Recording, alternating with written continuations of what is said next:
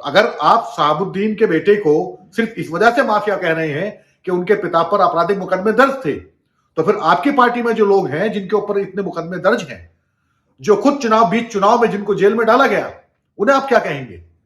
क्या वो माफिया नहीं है?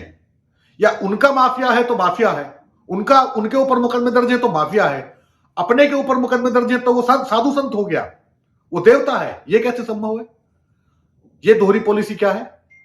हेमंत बिस्व शर्मा ने तो उनकी तुलना ओसामा बिन लादेन से हेमंत बिस्व शर्मा तो हमेशा जब भी जुबान खोलते हैं वो उस तरह की बयानबाजी देते हैं, ये एक डर में जीते हैं। हेमंत बिस्व शर्मा, योगी आदित्यनाथ, पुष्कर सिंह धामी, ये एक डर में जी रहे हैं। इन्हें लगता है कि इनकी कुर्सी खतरे में है, कभी भी फोन आ सकता है पार्टी हाईकमान से कि सीएम पद खाली कीजिए, दूसरे आदमी को ला रहे हैं। तो इसलिए लगातार पोलराइजेशन के करने के लिए मुसलमानों को टारगेट करते रहते हैं। मुसलमानों, या ओसामा बिन लादेन का क्या काम इस देश के अंदर, इस चुनाव में क्या काम उसका? तो ये इस तरह की बयानबाजी पहले ओसामा की और ओसामा बिन लादेन की सोच एक जैसी है।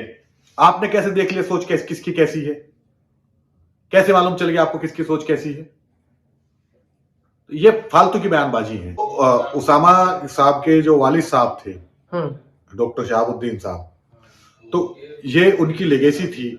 उसामा उसी फैमिली से है, उनके बेटे हैं और उनके प्रति लोगों की हमदर्दी भी रही है। वो लोकसभा का, उनकी वालिदा चुनाव लड़ी थी इस बार भी, लेकिन जीत नहीं पाई। कई बार से वो चुनाव हारते आ रहे थे। उसामा ने ये जीत दर्ज की है, उन्हें राजनीति में उनकी ये पहली जीत है।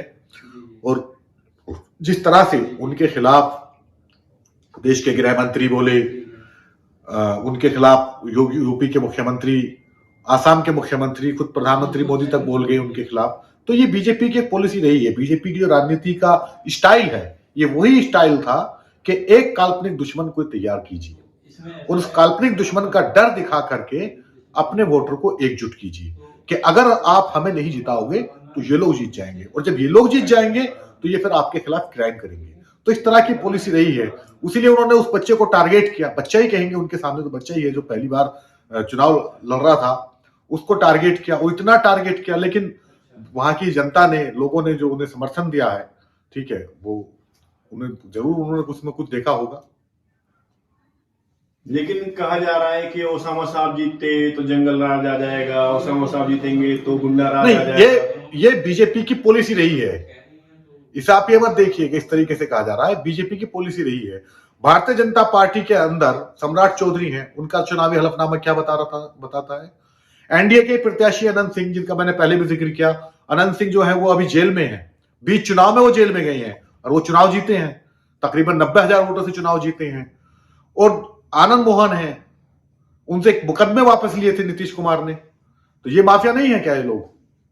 अगर आपराधिक मुकदमे दर्ज होना माफिया की पहचान है, कोर्ट के फैसले से पहले ही आप किसी को माफिया डिक्लेयर कर दे रहे हैं,